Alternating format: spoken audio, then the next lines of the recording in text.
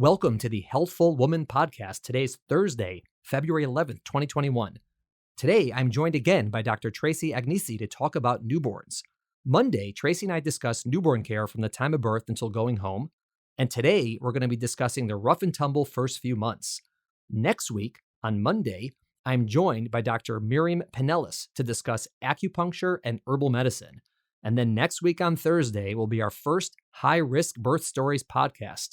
And I'll be joined by Dina Blanchard, who is a pediatrician in New York City. Dina will be sharing her own story of postpartum anxiety and making change. It should be a great start to the new podcast. Remember to go onto your podcast platform today and subscribe to the High Risk Birth Stories podcast as well, so you can be sure to get both podcasts moving forward. Thanks for listening. Have a great day and a great weekend. Welcome to today's episode of Healthful Woman, a podcast designed to explore topics in women's health at all stages of life. I'm your host, Dr. Nathan Fox, an OBGYN and maternal fetal medicine specialist practicing in New York City. At Healthful Woman, I speak with leaders in the field to help you learn more about women's health, pregnancy, and wellness. In, let's say, that first, week or half week of life, so, between birth, going home from the hospital, and that first visit, what do you find are the most common things parents are worried about that you're reassuring them? Mm-hmm. Like, this is normal, that's normal, that's normal. Because that must happen all the time. Mm-hmm. I mean, we're parents, we worry about everything. So what are the top things that you found? Again, in just those very few first days of life. Yeah, sure. So there's a lot. I could probably go on and on. So stop me if I say too many. But one would be hiccups, right? And the babies have hiccups in the mom's belly as well. But they have hiccups after, and parents get really concerned about it. I always like to tell them we don't know exactly why. Irritation of the diaphragm, immature neurological axis, but it bothers the parents more than the baby. And it's fine. It's nothing to be concerned about. Hiccups, sneezing is a really common one too. So really? Yeah, babies sneeze a lot, and they actually are like congested in their nose, and those are two really common things that doesn't alarm me, but always alarms new parents. Right. There's like bubbles coming out of the nose. Mm-hmm. Yeah. They always think, oh, does the baby have a cold? But their nasal passages are really narrow. They're really thin. They're small. And they also are clogged with like debris from, birth and delivery and everything. And sneezing is a good, normal, healthy reflex of you to try to get that out. So it's normal that they sneeze, you don't have to do anything about it. I usually tell them, it's same with congestion. But if the congestion is making the baby have a hard time breathing or feeding, then you could do a little saline, over-the-counter saline drops in the nose. Use one of those fancy snot suckers and suck that snot out. A fancy snot sucker. Oh, yes, a fancy one. Yeah. The one there's the bulb syringes that that they have in the nursery, but those are really hard to use and not much usually comes out of them. So the fancy snot suckers are the ones that you actually put your mouth on. You're looking at me like you might not have used these. They're actually really definitely not. Most parents are grossed out by them. Some are not. I find it so rewarding to get that snot out. But so you put your mouth on it and you suck in. It's connected to like a straw or like a long tube, and the other part of that tube looks like the traditional little bulb syringe that goes inside. You're just siphoning the snot out of your kid's nose? Yeah. Well, There's that's filters, that's like mother bird chewing their kids. No, we definitely had our kids in primitive times where that was not done. You missed out. Wow, that's impressive. It's rewarding to get that snot out. There's nothing similar for that for constipation. Well, they do make a product, but you don't have to suck it out. Yeah.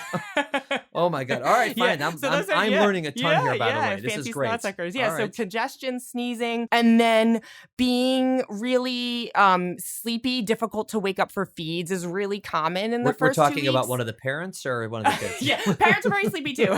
I just can't get woken up. I can't wake the mom up. She's so tired. That is super common. Yeah. And the babies are usually really sleepy for about 2 weeks, and then about 2 weeks they kind of wake up. So it's common that you have to really fight to keep that baby awake for a feed in the beginning. You can always. I find that people tend to make the baby too cozy too. So in the beginning, when you are struggling to keep your baby awake to feed, you want to unclothe your baby. Don't be feeding the baby all in like a blanket cozy near you with the temperature up. You might need to make it colder. You might need to have your baby naked. You might need to stimulate the hands and the feet. Right. Yeah. Do you believe in that adage about not waking a sleeping baby, or is it how do you address that? Not in the beginning. I don't think any pediatrician in the beginning, in those first 2 weeks, would say, don't wake a sleeping baby. So once babies get back to their birth weight at about 2 weeks is usually when we say that it's okay not to wake your baby. But they are so sleepy in the beginning, and they need to feed often because their tummies are just so small that they can get dehydrated and get sick fast if you don't wake them. So you do need to wake them so that there's no more than 3 hours from the beginning of one feed to the beginning of the next feed. So you're saying you would agree with that statement, but only after they're 2+ weeks, exactly, give or take. Exactly. So once they back up to their birth weight and they're otherwise growing fine and there's no concerns, then it's okay.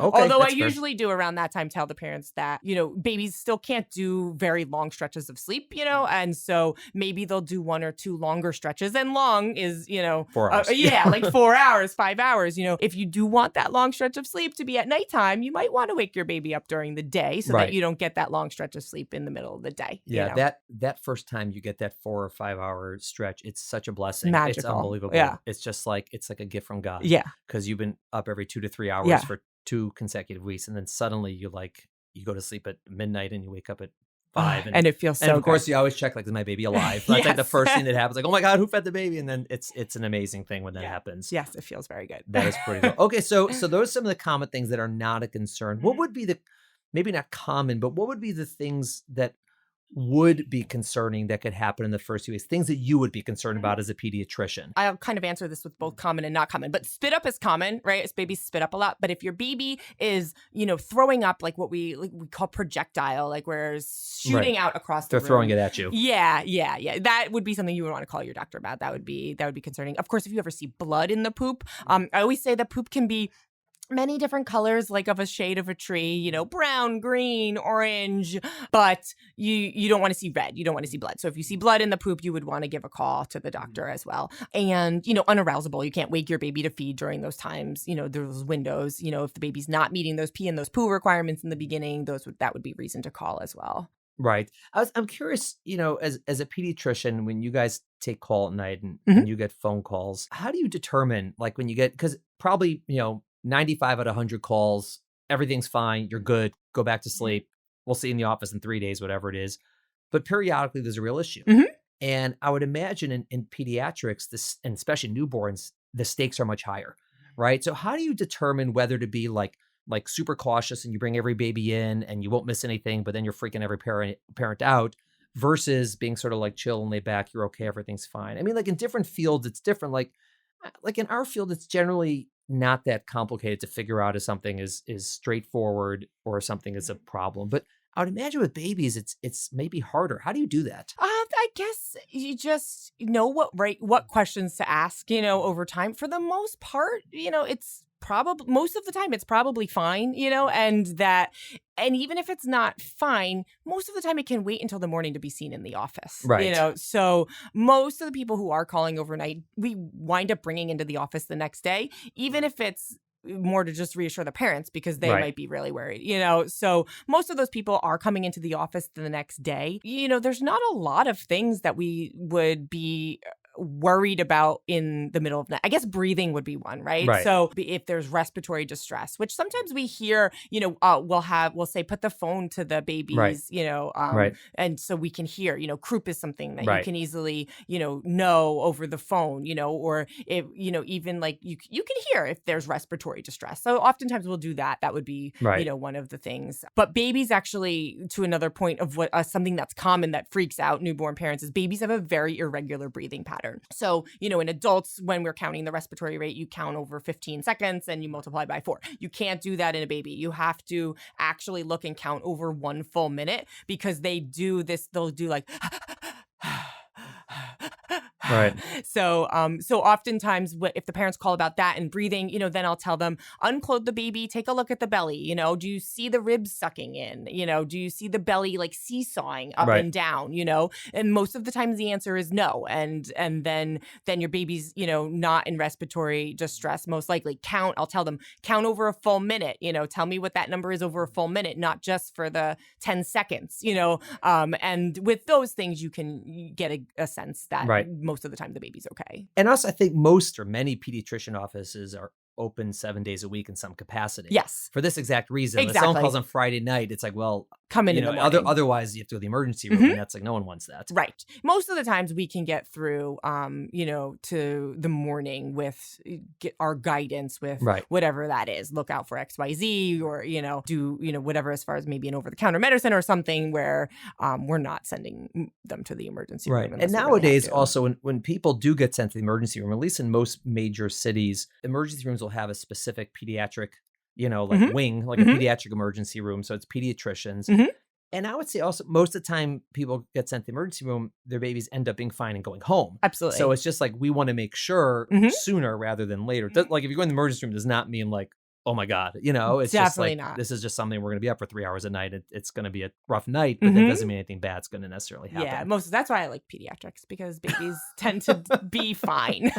And kids tend to, even if they are sick, they tend to bounce back really quickly. Right. Have you been, especially obviously with the pandemic, but have you been using any like Zoom and video platforms now because I imagine a lot of the stuff on well baby exams, obviously you can't listen to their heart and lungs, but things that you said, like rashes you can see, how does a kid look breathing, all those things. Is that something, you could look at the poop, for example. Yeah. Is that something you've been able to incorporate into your practice? Yeah, absolutely. We did. It was something that I was thinking about before the pandemic, but we didn't incorporate. And then as soon as the pandemic hit, we incorporated it and people love it. It can be really good for a lot of things and we use it and we're still using it now, for especially people don't want to come in or, it's a hassle to kind of, get out of the house with the baby, we can definitely do a lot on that, and even actually when in March and April, when things were really bad and people really, were scared to leave, I had a lot of new parents who had scales at home and we would even do some of those weight checks, which in general, I don't recommend because I find that having a scale at home, then the parents become like too obsessive about the numbers and you don't need to be weighing the baby every day and worrying about the day to day most of the time. So I usually advise against it, but it was helpful during the pandemic to be able to do that, especially too when people left the city and weren't around, you can kind of have that check-in, which was as some people have said, those were unprecedented times. I've heard that term used periodically, just here and again. And then as they get a little bit older, like, maybe not the first couple weeks, let's say the first couple months, sort of same question. What are the common things that babies do that are weird, that freak parents out, but that are fine, that are normal? Sure. So again, we talk about poop a lot in pediatrics, so I'll start with poop. But I always tell people at the 1 month visit, not to worry if the frequency of the poops goes down, because at 1 month, parents start to think their baby's constipated because they're just not pooping as often as they were in the beginning. But that's totally normal. That's just their gut getting used to life and whatever. Their GI tract is literally getting longer. They wind up, their GI tract is a little more mature and can kind of hold on to, what they need to and just kind of function, a little better. So as long as the poop is soft when it comes out and not hard like rabbit balls pellets, then your baby is most likely not constipated, So that's a common thing that comes up at 1 month of age. And then at 2 months is when they get the first set of vaccines, so then that's a fun day. Yeah. a lot of crying parents on that day. But I always try to tell them, you don't remember your first set of shots. Your baby won't either. It's okay. But what to do. That's when we start talking about how to manage fevers, because fevers then become very common, in kids, although, again, not now, maybe most people aren't getting them, but in general, fevers are something that we can talk about at that 2 month visit, because before the baby is 2 months and got the first set of shots, like I said, before you call the doctor if your baby has a fever, but at that 2 month visit, we expect that a fever might be a side effect of the shot. So we always go over the dosing because the bottle says call your doctor. So, so we go over that. We always have a dosing chart on our website too, because they always, the dosing is always based on weight, not by age, but they want you to check in. And then, going forward from 2 months, you don't have to call your doctor in the middle of the night if it's just a fever. You usually can give some Tylenol and see how the baby does and then check in, the next day. Most of the time we do want to see them if they're that little, for sure that next day, but if it's just that, people get so worried about fevers, but, I like to do a lot of reassurance that it's just a number, there's no number of it that is really going to harm harm your baby. It's your baby's, responding to something, and, it's a healthy reaction, Right. and that's okay. Right. Again, except maybe the first week or two of life. Exactly. In That's the first 2 months of life, I would say that's completely different, Right. But then once that baby gets the first set of shots and we start to expect that a fever might happen, or they might, as a sign of the beginning of a virus, then, Right. Yeah. Right. I was curious what your thoughts were, because we have a lot of parents ask us about, classes. People take classes when they're pregnant, and some of them are about the pregnancy and the delivery, and some are about like newborns, for example, like newborn CPR or like various parenting or whatnot. Do you find them to be helpful? Are you sort of neutral on them? You think that some of them are like teaching parents bad things? Like, what's been your experience with these classes? Yeah, I mean, there's so many different things out there that, of course, sometimes I haven't reviewed the content of all of them, and sometimes, I don't know. But I think in general, I always think of it as like learning to swim, right? You can read up all you want about it. You can take all the classes in the world, but until you jump into the water, Right, and do it, right, you're not going to really choke a little bit, yeah, how to do it.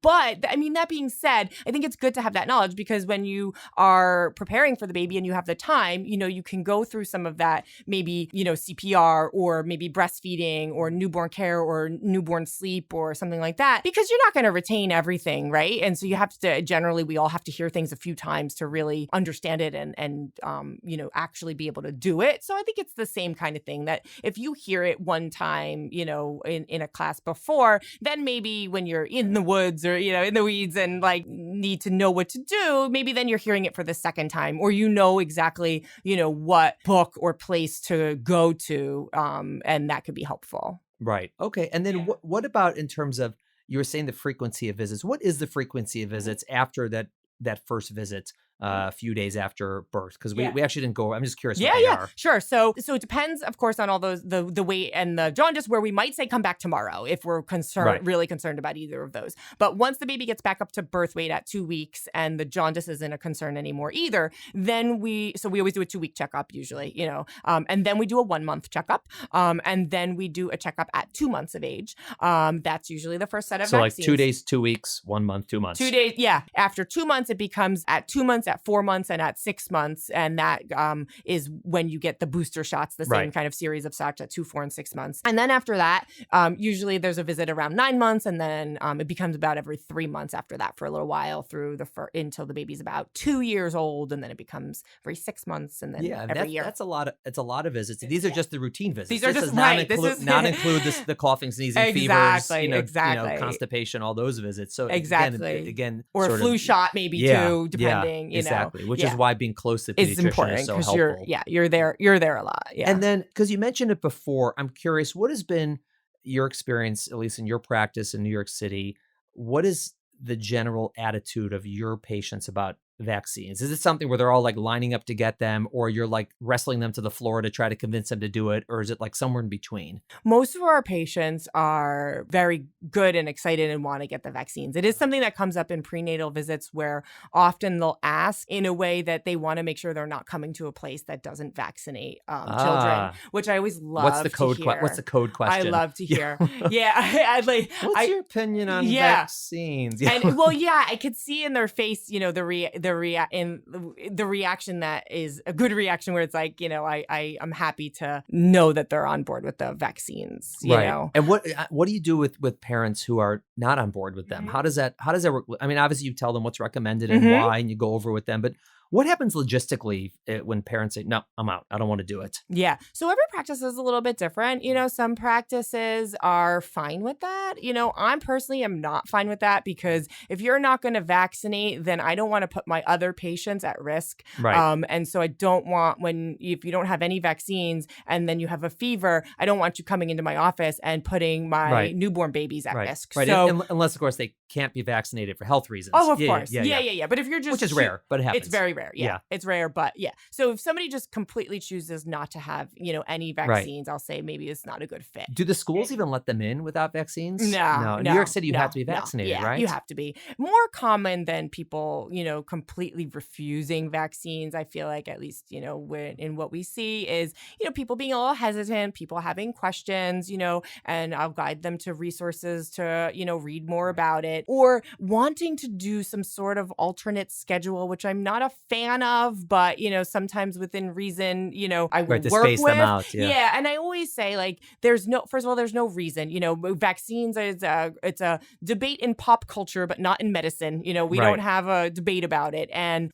they're very safe to give altogether the way it's been studied. And as a parent too, I actually find it to be nicer and better for the baby to just give the vaccines on the schedule versus when they want to draw it out and say, oh, come back in 2 weeks to do the next shot. And then the baby has a little fever, is a little fussy, has a sore leg, and then gets better after 2 or 3 days. And then you come back in 2 weeks and do the next one. And then the same thing happens. And then you come back in 2 weeks and you do the next one. And I just think that draws it out totally unnecessarily and causes more overall distress for the baby. And it's just not necessary. Yeah. And I find also, it's such an interesting concept. And listen, I get it. I'm a parent and everyone's got their own feelings about their kids and what they want to do. And, God bless. And I think, though, that, some of it is maybe just there's a belief for whatever reason that they're not good. Or sometimes you can see that there's like this issue of control, that you want to have more control over it. And all right, whatever, like people do that. That's not the end of the world. But I think what people don't sometimes realize is even if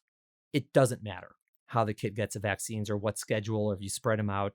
And even if they're okay with the idea that my kid's going to have a fever every 2 weeks instead of every 2 to 3 months, fine. But the problem is, I think people don't always realize it when the way medical care works. If you go to a practice that's busy and seeing a lot of kids every day, and everyone in the office knows at this visit, we do this vaccines, it's not going to get missed, right? It's like, there's no way a kid's going to get through your office through the 2-month checkup without getting the right vaccines, because your front desk knows, your schedulers know, your nurses know, the person who mops the floors knows, every single person knows. And when you sort of go off schedule and you do things in a weird way, sometimes things get missed. What if the kid is sick of the day of that vaccine and you're not going to remember?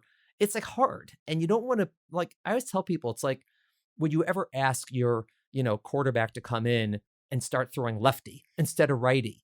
It's like, well, maybe they could do it, but why would you ever do that? They always do it righty. That's how they practice. That's how they play. That's how they're used to it. That's how it's going to get done. That's how the play is designed. That's where they look. And it's like asking your pediatrician to like do it lefty. Yeah, that's a really good point. Yeah.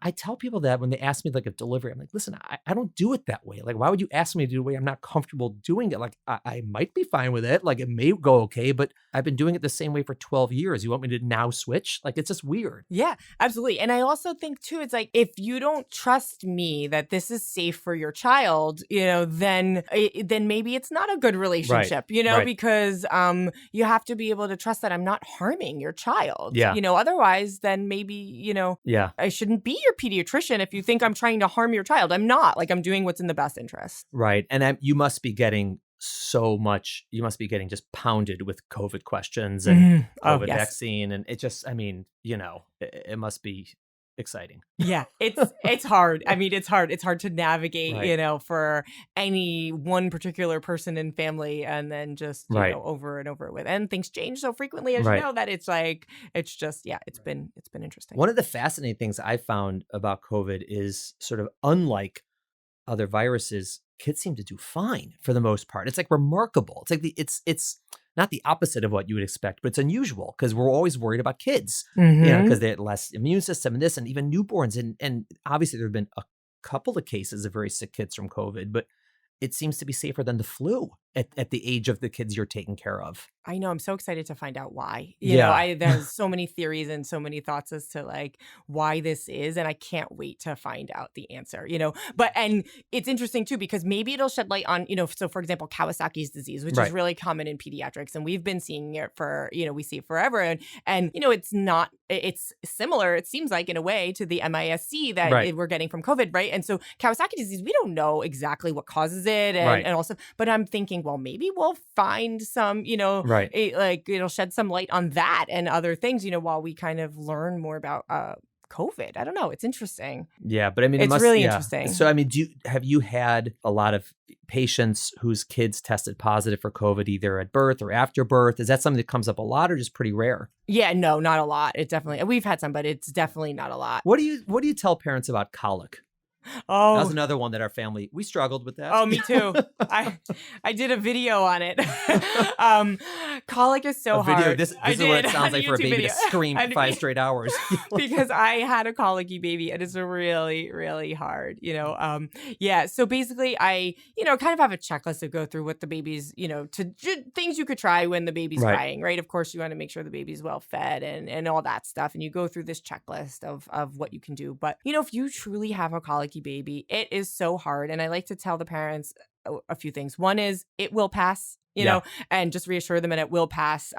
And that's kind of the beauty of newborns and pediatrics in general, is that babies change so fast. So no matter what it is, whether it's that like wonderful snuggly period where you're smelling them and you love it and it's wonderful, or if it's this colicky period where you just don't know what to do, no matter what it is transient and you will get through it and your baby will change. So it will pass, and just to, find that support that you need and take care of yourself. And I think this goes back to really trying to teach the new mom to take care of herself, because, it is okay to put the baby in a safe place, a crib, a safe place, make sure that it's a safe environment. There's nothing around. It's a safe environment. And then walk away and let that baby cry and do what you need to do. You can cry. You could take a deep breath. You can call your friend. You could put earplugs in. You can do a dance, listen to a song, do something. And, it's fine that your baby's crying and you need to take care of yourself, and support from other people is really important. And, to be able to,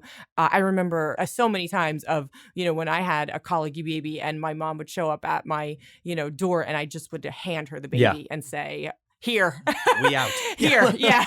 Here, but to be able to give somebody else the baby for a little bit so that you can go for a walk, get out, do something. It's really important and it's okay. Like, it's okay. It's not, you still love your baby. You're still a great mom. Your baby loves you, and take that break. Yeah. That was definitely the best advice we got after, months of this. Like, I mean, every night with one of our kids from like 7 p.m. till midnight, it was just like scream time. That like every day. And then eventually, John Larson, he's like, put her in the crib, close the door. Yeah. we're like, wait, are we inside? He's like, no. You like put her on one side of the door, you're on the other side. He goes, that's it. He goes, there's nothing wrong with her. He's like, do it. Then actually she fell asleep. And actually after that, she was like sleep trained. But it was so true. He's like, there's nothing wrong with her. She's not, she's not being hurt. She's still, if she's screaming when you're holding her. So just put her down, close the door. And I think that's a really good segue, because the last thing I wanted to talk to you about is this idea of the role of the pediatrician in the care of the parents. And I'll go specifically with the mother, even though it is the parents, but I'll talk with the mother because, I do women's health. And, obviously we as obstetricians, we take care of women during pregnancy and beyond. But the interesting thing is, from the time they get discharged from the hospital, we typically don't see them till 6 weeks later. Sometimes we do, but usually not. You have no contact, and they're seeing you 1, 2, 4, 6, 12 times. And so in a certain sense, you're the doctor that they see in that postpartum period when so much can happen physically, emotionally, spiritually, family relationships. How do you view your role? Because you're the doctor for the child, for the baby, but you have this other person. Again, it's not always the mother, clearly, but we'll talk about her, who's coming in to see you. How do you view yourself as one of her providers potentially? Is it sort of like a direct role, or are you just sort of like peripherally, or are there things you formally screen for or informally? How do you view that? I was always so curious about that. Yeah. One of the things I'm passionate about and I love to talk about is the 4th trimester. And that's really how I think of it, right? And so it's like that 3 months after a baby's, born, where the baby is learning how to live in life. But really, it's the mother is adjusting to this postpartum period. And it's just it's such a special, unique time. And it's interesting how cultures around the world, I think we in the US do such a bad job of taking care of that 4th trimester, mom. As a culture, we don't support her as much. We expect a lot of her. We expect her to host family, we expect all these things, where other cultures have this like defined name for the period. It's like usually about a month or 40 days, and they, all kind of take care of her too, So I think it's really important. I mean, so formally what we do, we do depression screening. The mom has to fill that out at basically every visit in the, in the first month, and then at the 2 months and but that's 4 true. months. I mean, that's fantastic. I can't stress how important that is, because a lot of women have postpartum, either like a clinical depression or something, let's say, less severe than that. People call it the blues or this or whatever, but some form of that. And they don't always know it's abnormal. They just think like this, I'm supposed to feel miserable all the time. And they say, oh, it's because I'm tired or because I'm hungry or because I'm in pain.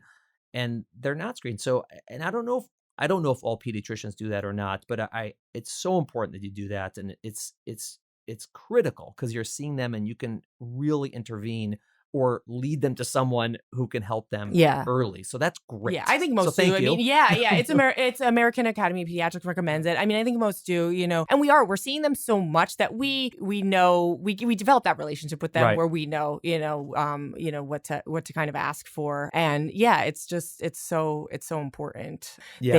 Are there other things that you either have seen or look for or talk about, even whether it's formally or informally, that comes up that you sort of give a heads up to them or to the OB or to somebody else? Hey, like this, something needs to be addressed. Breastfeeding is something we do a lot of. I actually just got my IBCLC. Great. And so it's something that me and one of my partners actually started doing during COVID was lactation consultants too, in our office for our patients, because that's such an important part of the beginning. And they couldn't get someone to come to their home. And they couldn't get someone to come to their home. So we started to do it at that time. And it's really, it's really helpful because that is such a struggle of the new mom physically, emotionally, feeding her baby, and to be able to help her with that is really is really great. It's so fascinating. I was just thinking about this. Everyone, when we go through either sort of in pop culture or even in medical school, everyone thinks like, oh, the people who go into pediatrics have to be good with kids.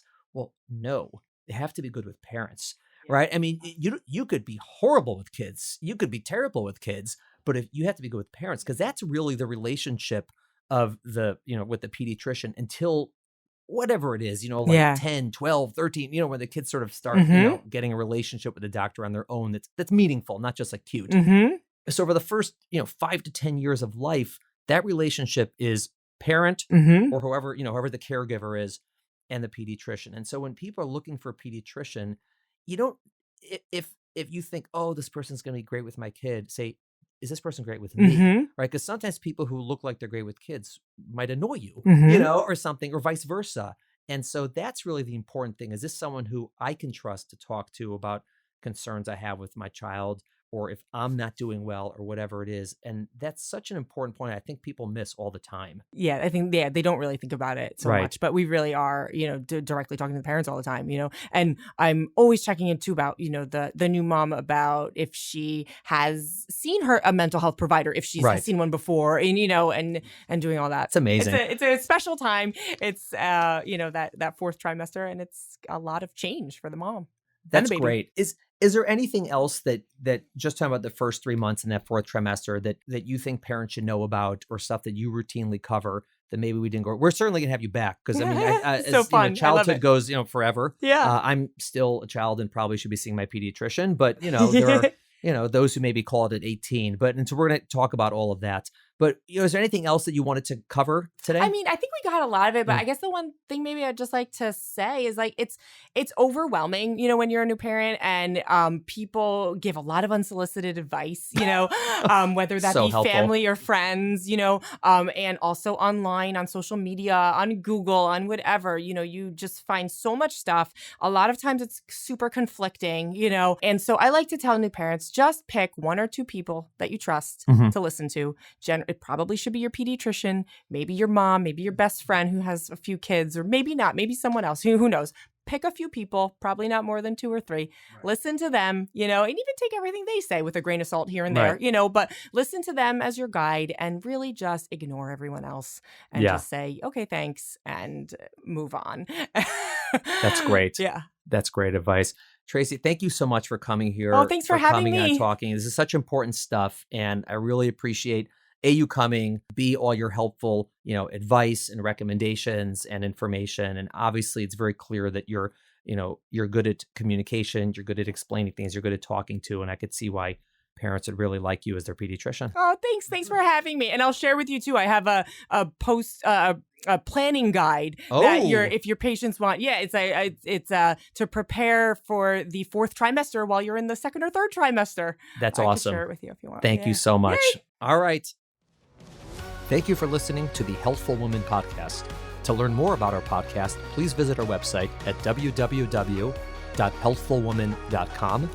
That's HEALTHFULWOMAN.com. If you have any questions about this podcast or any other topic you would like us to address, please feel free to email us at hw@healthfulwoman.com. Have a great day. The information discussed in Healthful Woman is intended for educational uses only and does not replace medical care from your physician. Healthful Woman is meant to expand your knowledge of women's health and does not replace ongoing care from your regular physician or gynecologist. We encourage you to speak with your doctor about specific diagnoses and treatment options for an effective treatment plan.